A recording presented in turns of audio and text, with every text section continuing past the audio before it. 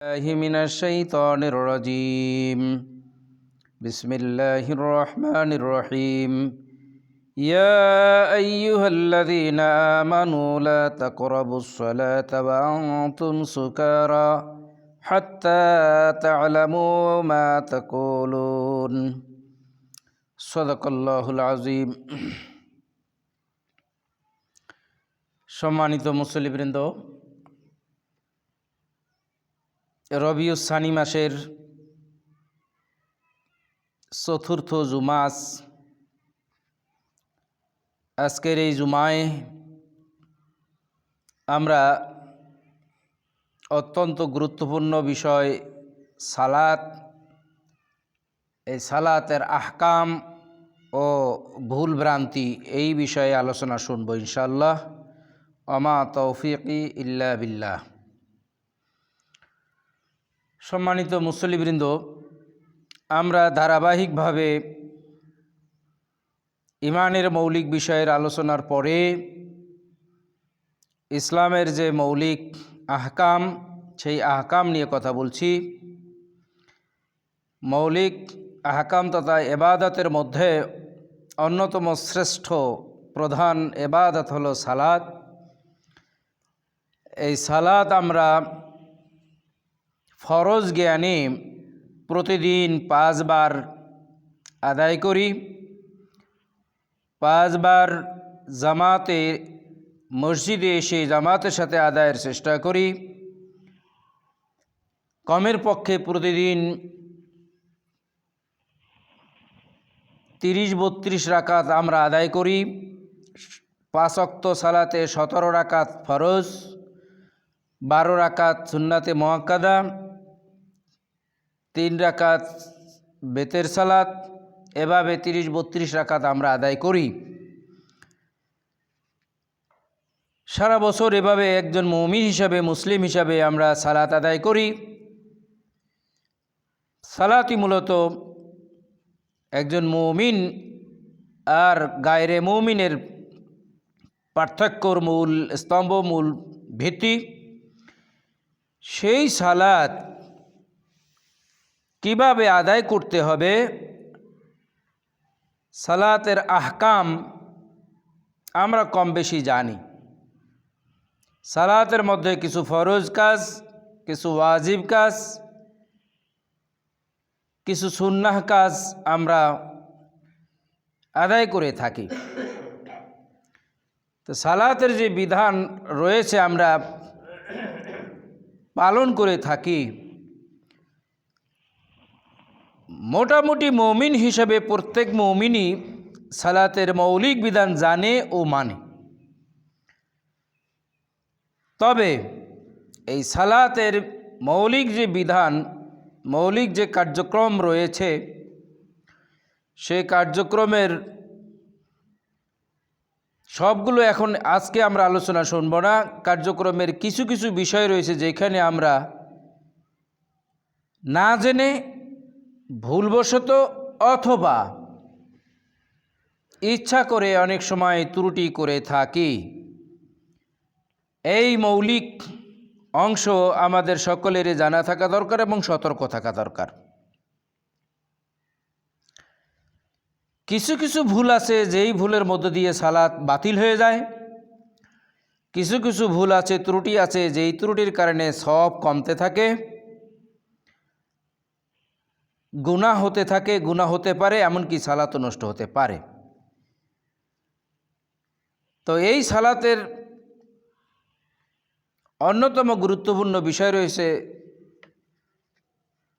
সালাতের মধ্যে মনোযোগ ও একাগ্রতা।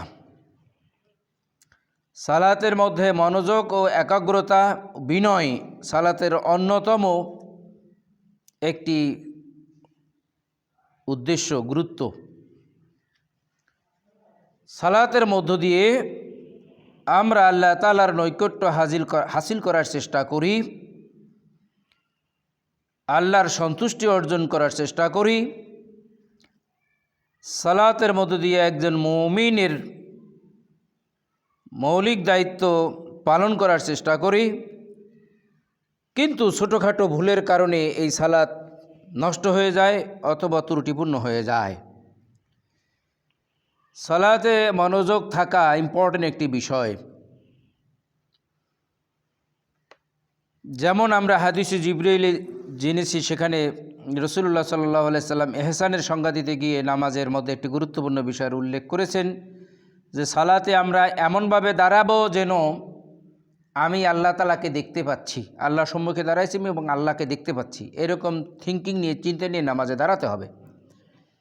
যদি এটা না পারি যে আল্লাহকে দেখতে আমি পাচ্ছি, এটা যদি চিন্তা করে নিজেকে সেভাবে উপস্থাপন করতে না পারি, তাহলে বিপরীত অবশ্যই আমরা এরকম চিন্তা করব যে আমি আল্লাহকে না দেখতে পারলেও আল্লাহ অবশ্যই আমাকে দেখছেন, এরকম থিঙ্কিং নিয়ে নামাজে দাঁড়াতে হবে।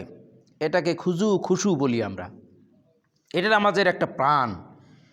এটা যদি থাকে সেই সালাত হবে অনেক উন্নত সালাত, মানসম্মত সালাত হবে, যদি এরকম থিঙ্কিং নিয়ে আমরা সালাতে দাঁড়াতে পারি।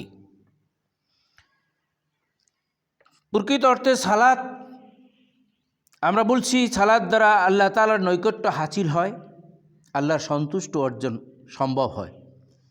আল্লাহ তাআলা নিজেই কোরআনে কারিমের সূরা তাহার 14 নম্বর আয়াতে বলছেন, আকিমুস সালাতা লিজিক্রি, আকিমিস সালাতা লিজিক্রি, তোমরা সালাত কায়েম করো আমার জিকিরের জন্য, আমার স্মরণের জন্য। তা আল্লাহর স্মরণের জন্যই সালাতের দাঁড়াচ্ছি সালাত। তাহলে আসলে কি করছি সালাতে? পুরো সালাত জুড়েই আল্লাহ তাআলার স্মরণ রয়েছে। এখন সেরকম ফিলিংস আমাদের মধ্যে হয়তো থাকছে না, কিন্তু প্রকৃত অর্থে পুরো সালাত জুড়েই আল্লাহর জিকির থাকছে। আকিমিস সালাতা লি জিক্রি।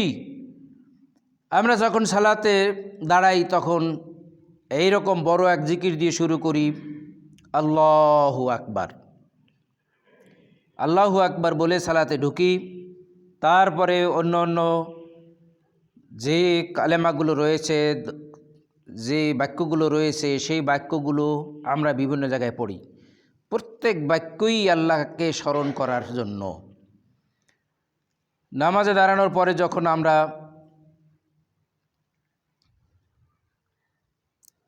পড়ি, যা যা পড়ছি, আউযুবিল্লাহি বিসমিল্লাহ পড়ে সূরা পড়ছি, সূরার পরে রুকুতে যাচ্ছি, রুকু থেকে সেজদায় যাচ্ছি, প্রত্যেকটা অংশে আমরা যা কিছু করছি সবগুলোই আল্লাহ তাআলার জিকিরের একটা পদ্ধতি। সব বাক্য দিয়ে আল্লাহ তাআলার জিকির হচ্ছে। সেখানে আল্লাহু আকবার বলছি, রুকুতে যাচ্ছি রব্বানা লাকাল হামদ হামদান কাসীরান তয়্যিবান মুবারাকান ফিহ বলছি, আবার রুকুতে গিয়ে বলছি সুবহান রাব্বিয়াল আযীম, সিজদা গিয়ে বলছি সুবহান রাব্বিয়াল আলা। এভাবে যা কিছু করছি সবগুলোই হলো জিকির। তো টোটাল সালাদটাই হলো উন্নত পদ্ধতির একটা জিকির, যে জিকিরের মধ্য দিয়ে আল্লাহ তাআলার সন্তুষ্টি আমরা করার চেষ্টা করছি, আল্লাহ তাআলার খুব নৈকট্য লাভ করার চেষ্টা করছি।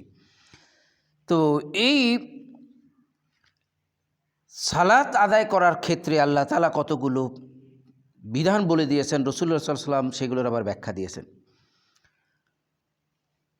সালাতের মধ্যে কখন কিভাবে কোন কথা দিয়ে জিকির করব আল্লাহ রাসূল সাল্লাল্লাহু আলাইহি ওয়াসাল্লাম তা শিখিয়ে দিয়েছেন। আমাদেরকে সেটাই হুবহু ফলো করতে হয়, এখানে তার ব্যতিক্রম করা যায় না। মুমিনের কাজ হলো মনোযোগের সাথে অর্থের দিকে লক্ষ্য রেখে, যা যা আমি বলছি সেই অর্থের দিকে লক্ষ্য রেখে সালাত আদায় করা। আমরা দুটি কারণে এই কাজটা করতে পারি না। একটা হলো মূর্খতা, আমরা জানি না, আর একটা হলো অনেক সময়ই হয়তো মুনাফিকি সালাত কিংবা অমনোযোগীর কারণে আমরা মনোযোগ দিতে পারি না। তাছাড়াও আর একটা রয়েছে যেটা আমরা সাধারণত দেখি না, তবে কোথাও কোথাও হতে পারে, সেটা হলো মাতাল।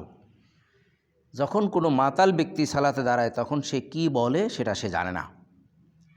সে কারণে যে আয়াতটি পড়ছিলাম আল্লাহ তাআলা সেখানে বলছেন, সে আয়াত দ্বারা বোঝা যাচ্ছে সালাতে যা আমরা পড়ছি তা যেন আমি বুঝে পড়ি, সেটার বোঝা যাচ্ছে এই আয়াত দিয়ে। কারণ আল্লাহ তাআলা বলছেন, এটা সূরা নিসার 43 নম্বর আয়াত, ইয়া আইয়ুহাল্লাযীনা আমানু লা তাকরাবুস সালাতা ওয়া আনতুম সুকারা। হে ঈমানদারগণ, তোমরা যা বলো তা বুঝতে পারছো, এরূপ অবস্থা না হওয়া পর্যন্ত নেশাগ্রস্ত অবস্থায় তোমরা সালাতের নিকটবর্তী হইও না। আছে চলে গেছে। তো এখানে আল্লাহ তাআলা বলছেন যে তোমরা নেশাগ্রস্ত অবস্থায়, অর্থাৎ তুমি যা বলছো তা যদি বুঝতে না পারো এমন অবস্থায় তুমি সালাতে নিকটবর্তীও হইও না, সালাত আদায় তো দূরে থাক। লা তাকরাবুস সালাতা, সালাতের কাছেই এসো না যদি তুমি নেশাগ্রস্ত থাকো। হাত্তা তা'লামু মা তাকুলুন, এই লাস্টের বাক্য দিয়ে বোঝা যাচ্ছে তোমরা যা বলছো তা যদি বুঝতে পারো এমন অবস্থায় যদি না থাকো। হাত্তা তা'লামু, তুমি বুঝতে পারো যা তুমি বলছো, অর্থাৎ যা বলছি তা বুঝতে পারি এরকম অবস্থা না হলে নামাজের কাছেও আসতে নিষেধ করা হয়েছে। আর সেটা কখন হয়? সাধারণত নেশাগ্রস্ত অবস্থায়। তো নেশাগ্রস্ত অবস্থায় যেরকম হয়, আমরা নেশাগ্রস্ত না হলেও আমরাও সালাত আদায় করছি কিন্তু কিছু বুঝছি না, প্রায় কাছাকাছি হয়ে যাচ্ছি। তো ওই রকম নেশাগ্রস্ত ব্যক্তি নামাজে কি করছে কি করছে না সেই নামাজটা মানমতো হয় না, সেই জন্য নিষেধ করছে নামাজের নিকটবর্তী যেতে। নেশা অবস্থায় কি বলছো কি করছো তার ঠিক থাকে না। তাহলে আমরা নেশাগ্রস্ত হচ্ছি না বটে, কিন্তু আসলে আমি নামাজে কি বলছি কি করছি তা তো অনেক সময় বেমালুম থাকি। কি করছি না করছি, কয় রাকাত পড়ছি, কোন কিরাত পড়ছি, কোন রুকায় কোথায় কি বলেই যাচ্ছি কিন্তু ফিলিংস হচ্ছে না। সে কারণেই কিন্তু আসলে সালাতটা মানসম্মত সালাত হচ্ছে না। সালাত যেভাবে সালাত হওয়ার কথা সেরকম সালাত হচ্ছে না। মানসম্মত সালাত আদায় করতে আমরা এই জন্যই ব্যর্থ হচ্ছি, কারণ সালাতে আমি কি করছি কি বলছি তা বুঝি না।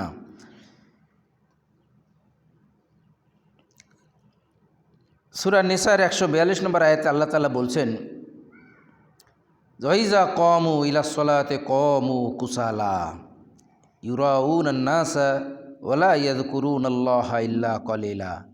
এখানে কিন্তু আল্লাহ তাআলা মুনাফিকদের সালাতের কথা বলছেন। দেখেন এই আয়াতগুলো এই জন্য একটু বিশ্লেষণ করা দরকার, মাথায় রাখা দরকার। আল্লাহ তাআলা এখানে সতর্ক করছেন যে মুনাফিকদের সালাত কেমন। ওয়াইজা ক্বামু ইলাস সালাতি ক্বামু কুসালা, যখন মুনাফিকরা সালাতে দাঁড়ায় তখন তারা অলসতার সাথে সালাতে দাঁড়ায়, একাগ্রতা থাকে না। তারা মানুষদেরকে দেখানোর উদ্দেশ্যে সালাতে দাঁড়ায় এবং খুব কমই ওয়ালা ইয়াযকুরুনাল্লাহা ইল্লা কলিলা, খুব কমই আল্লাহর জিকির করে। ওই বাক্যগুলো হয়তো সে বলে কিন্তু বোঝে না দেখেই এখানে বলা হচ্ছে সে কমই আল্লাহর জিকির করে, কমই আল্লাহকে স্মরণ করছে। তো এই আয়াত দ্বারা বোঝা যাচ্ছে সালাতে যখন আমরা দাঁড়াবো তখন সালাতে যা যা বলছি তা বুঝে বলা উচিত, বুঝে সে সালাত আদায় করা উচিত। আল্লাহ আমাদের সকলকে এই বিষয়টা বোঝার ও অর্থ বুঝে জেনে সালাতে যা কিছু করছি তা মানার তৌফিক দান করুক। সম্মানিত মুসল্লিবৃন্দ, শুধু এটা নয়, যদি এভাবে আমরা পুরো সালাত বিশ্লেষণ করি, সালাতের মধ্যে কমন কিছু প্রবলেম আমাদের রয়েছে। আমি বেসিক অংশে বলছি না, কিন্তু কমন আহকাম, সালাতের আহকামের যে অংশগুলোতে আমাদের ত্রুটি রয়ে যায়, যেমন এই একটা ত্রুটি, সুন্দর সালাত আদায় করছি, নিয়মিত সালাত আদায় করছি, কিন্তু যে বিষয়টা আমি এখন উল্লেখ করলাম যে সালাতে যা আমি বলছি তা আমি না বুঝে বলছি, অর্থাৎ যেন না বুঝে বলা না বলার মতোই। তো সেখানে আল্লাহ তাআলা সতর্ক করেছেন এবং এটা মুনাফিকের বৈশিষ্ট্য বলছেন।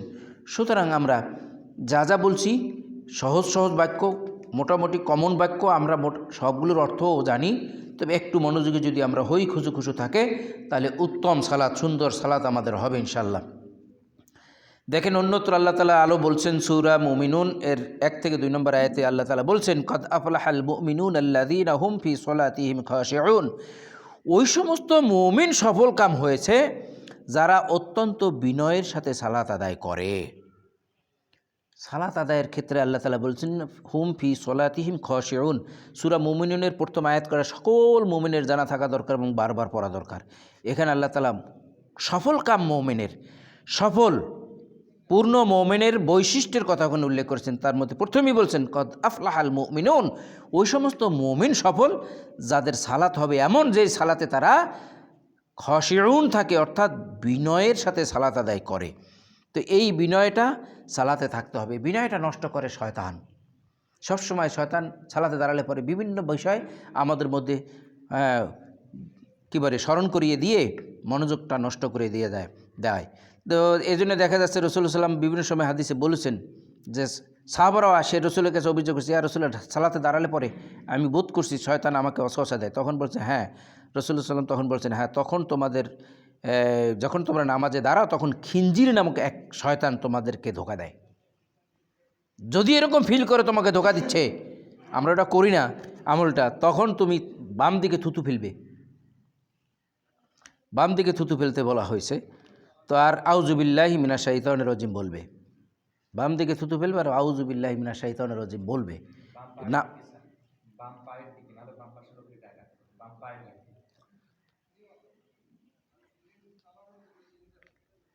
বাম দিকে বলছে এখন পা,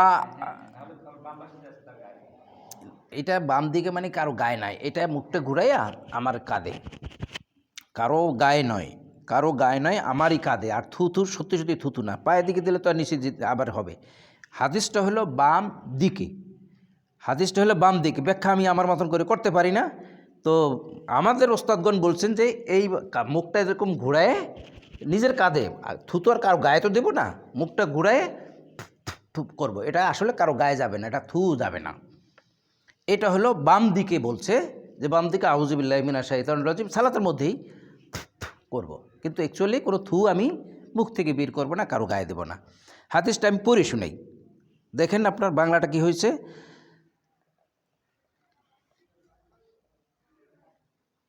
রাসূলুল্লাহ সাল্লাম সাহাবীনের সর্বদা অত্যন্ত বিনয়ের সাথে নামাজের মধ্যে দেন। একদিন রাসূলুল্লাহ সাল্লাল্লাহু আলাইহি সাল্লামের কাছে প্রশ্ন করলেন ওসমান ইবনে আবিল আস যে হে আল্লাহর রসুল, শয়তান আমার ও আমার নামাজের মধ্যে বাধা দেয় এবং আমার কিরাতে এলোমেলো করে দেয়। তখন রাসূল সাল্লাম বললেন ওই শয়তানের নাম খিনজির। যখন এরূপ অনুভব করবে তখন আউযু বিল্লাহি মিনাশ শাইতানির রাজিম বলে তোমার বাম দিকে থুতু ফেলবে, 3 বার করবে, এরকম 3 বার করবে।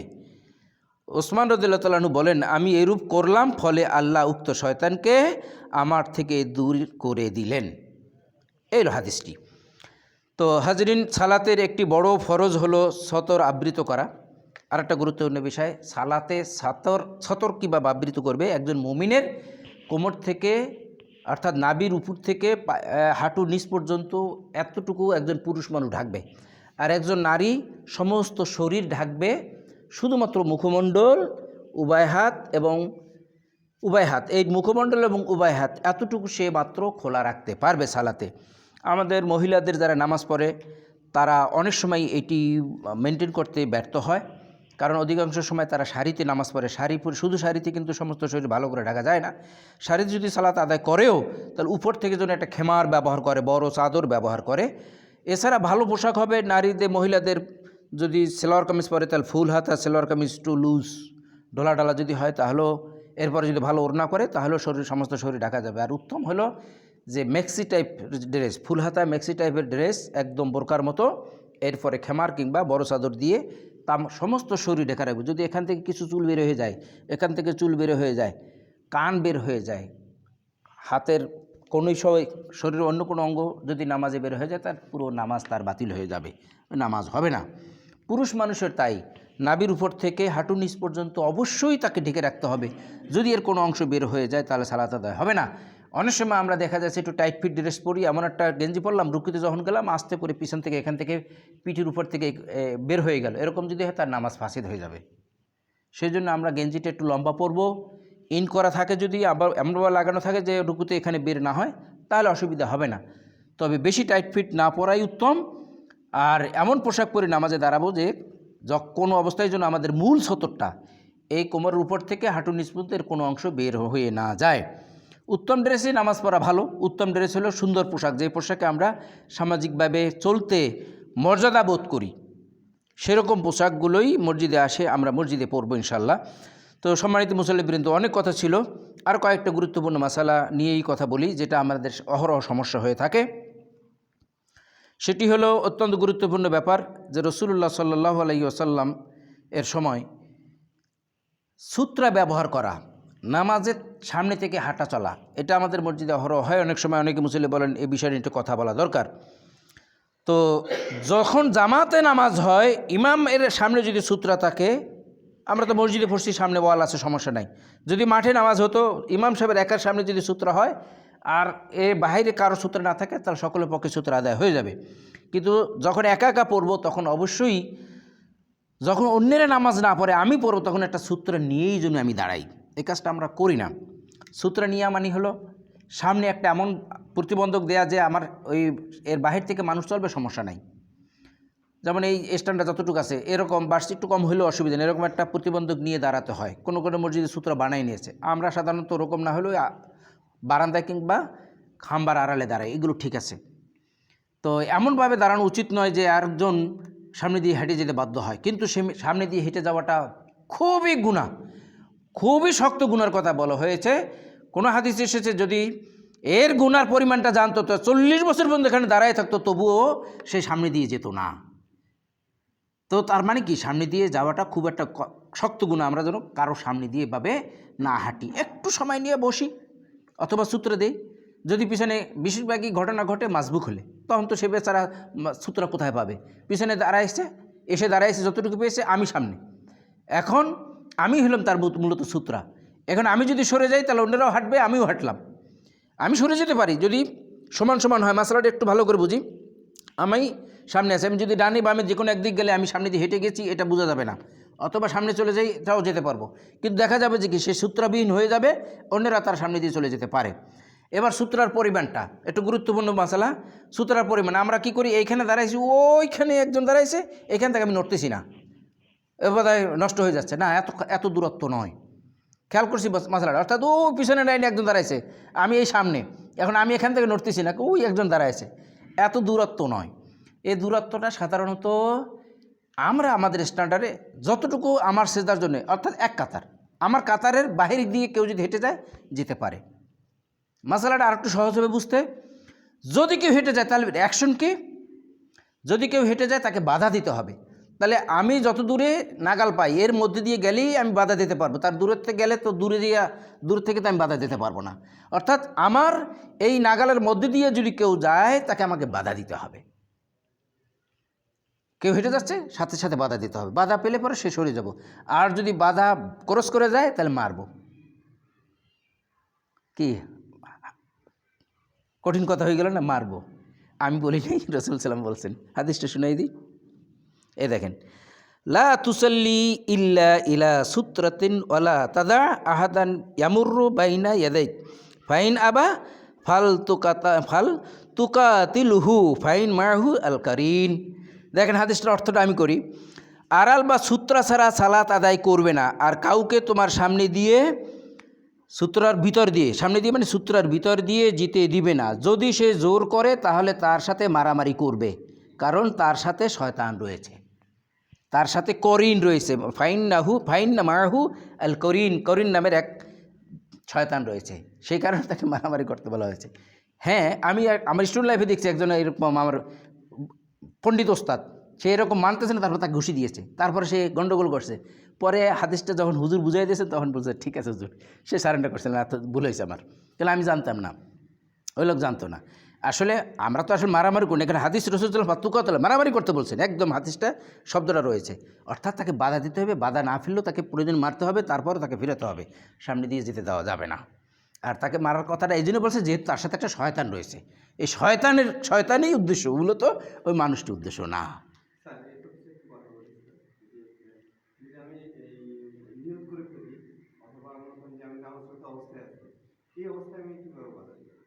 নামাজের মধ্যেই এটা দেওয়া যাবে, এটাই তো নামাজের মধ্যেই এটা দেওয়া যাবে। নামাজের মধ্যে আমার নামাজ কিচ্ছু হবে না, আমার নামাজের কিচ্ছু হবে না। না না না না, কিচ্ছু হবে না, নামাজ ছাড়বো না, খবরদার, নামাজ ছাড়বো না। এই যে নামাজে দাঁড়িয়েছি, পিছনে এই কাতা পূরণ হয়ে গেছে, পিছনে একজন আসছে, সে একা দাঁড়াবে না, সে আমাকে এরকম করে ট্রেনে নিয়ে পিছনে দাঁড়াবে, অনেক ব্যাপার আছে, নামাজে হাঁটা যাবে। আবার দুইজন দাঁড়িয়েছি, ইমাম সাহেব এখানে, আমি পিছনে, আরেকজন নাই, আরেকজন আসলো, উনি এখানে আসলে ইমাম সাহেব সামনে যাবে, নামাজে অনেক হাঁটা যাবে, ক্লোজ হয়ে যাবে, নামাজের কোনো করতে পারে, আমরা অনেক খুব কঠিন মনে করি এরকম নামাজের মধ্যে হাঁটা যাবে। আবার মনে করেন একজন কোনো কারণে এখানে, একজন কোনো কারণে আমার যে কনসেপ্ট আমাদের দিকে চলে গেল, দুই পাশ থেকে দুজন যে জায়গাটা একটু নষ্ট হবে, একটু নষ্ট তো হবেই। উনি যেটা বলছেন এই যে এইটুকুর মধ্যে দিয়ে যদি কেউ যায়, তো আমি সামনের কাতারে যাব না, এখানে যদি কেউ যায় আমি এভাবে আটকাবো। আটকাবো। এরকম খুশি। হ্যাঁ, এরকম আটকাবো। আমাদের এখন এরকম হই নাই আসলে। আমরা একটু বলি, একটু আমরা আসলে এমনও হই নাই যে আমরা নিয়ম ব্রেক করে করব। যে যখন কেউ হাত দিচ্ছে, হয়তো বা আমরা অন্যদিকে মনোযোগ চলে যাচ্ছে, সেজন্য আমি হেঁটে যাচ্ছি, আমি দেখি নেই, আমাকে যদি বাধা দেয় তখন অবশ্যই সে ফিরে যাবে। মারামারি আমাদের দরকার হবে না, এটা তো হাদিস বলছে সতর্ক করার জন্য। সত্যি সত্যি তো মারামারি তো আমরা করবো না। কেউ যদি আমি যদি বাধা দিই, তখন সে বুঝতে পারে ওহো, তখন সে আসলেই কিন্তু আর যাবে না, আর যাবে না। যারা মুসল্লি নামাজ জানে তারা আর যাবে না। যাই হোক, আরও বিষয় ছিল এরকম, এই একটা মশলা, আরও অনেকগুলো মশলা ছিল। রুকু কেমনে করতে হবে, সিজদা কেমনে করতে হবে। রুকু এবং সিজদার ক্ষেত্রে রাসূলুল্লাহ সাল্লাম চোর বলছেন, যারা রুকু এবং সিজদায় যথাযথভাবে দেয় না তাদেরকে চোর বলছেন, চোর আখ্যায়িত করছেন। তো সেই জন্যে আমরা সতর্ক থাকব, রুকুটা যথাযথভাবে সুন্দর করে দেব এবং রুকু থেকে সোজা হয়ে অবশ্যই কিছু সময় নিয়ে দাঁড়াবো, যাতে করে রুকু থেকে সোজা যথাযথভাবে হয়। সেখানে যদি তাসবিহটা আমরা বলি রব্বানা লাকাল হামদ হামদান কাসিরান তয়্যিবান মুবারাকান ফি, এতটুকু সময় নেই। সময় নিলে পরে দেখা যাচ্ছে যে যতটুকু দরকার হয়ে যায়। দুই সিজদার মাঝখানে সোজা হয়ে বসতে হবে। সেখানে কি করি, একটু সোজা হয়েই আবার সিজদায় চলে যাই, এটাও অপরাধ। কারণ এখানেও এই সোজা হয়ে বসার জন্য বলা হয়েছে। যদি এরকম না বসে, রাসূল সাল্লাম বলছে তার নামাজই হয় না। একদিন রাসূল সাল্লাম আলোচনা করছিলেন, একজন এরকম নামাজ পড়ছিল, তাকে 2-3 বার পড়াইছে যে তার নামাজ হয় না। এরপরে তাকে বুঝাই বলছে, এরপর সে সোজা করে নামাজ পড়েছে। সুতরাং সম্মানিত মুসল্লিবৃন্দ, আমরা এই সমস্ত বিষয়ে আমরা একটু সতর্ক থাকবো, আমাদের সালাতকে আরও সুন্দর করবো, উত্তম করবো। আল্লাহ আমাদের সকলকে এই বিষয়গুলো জানার। আর এই যেগুলো নিয়ে আলোচনা হয়েছে কমপ্লিট হয়নি, যারা কারো যদি কোনো কনফিউশন থাকে তাহলে পরে আলোচনা করব, পরে আসবেন, ইনশাল্লাহ আমরা ক্লিয়ার করবো। তৌফিক ইল্লা বিল্লাহ। আসসালামু আলাইকুম রহমতুল্লাহ। যারা সুন্নাত পড়েনি, সুন্নাত পড়েনি।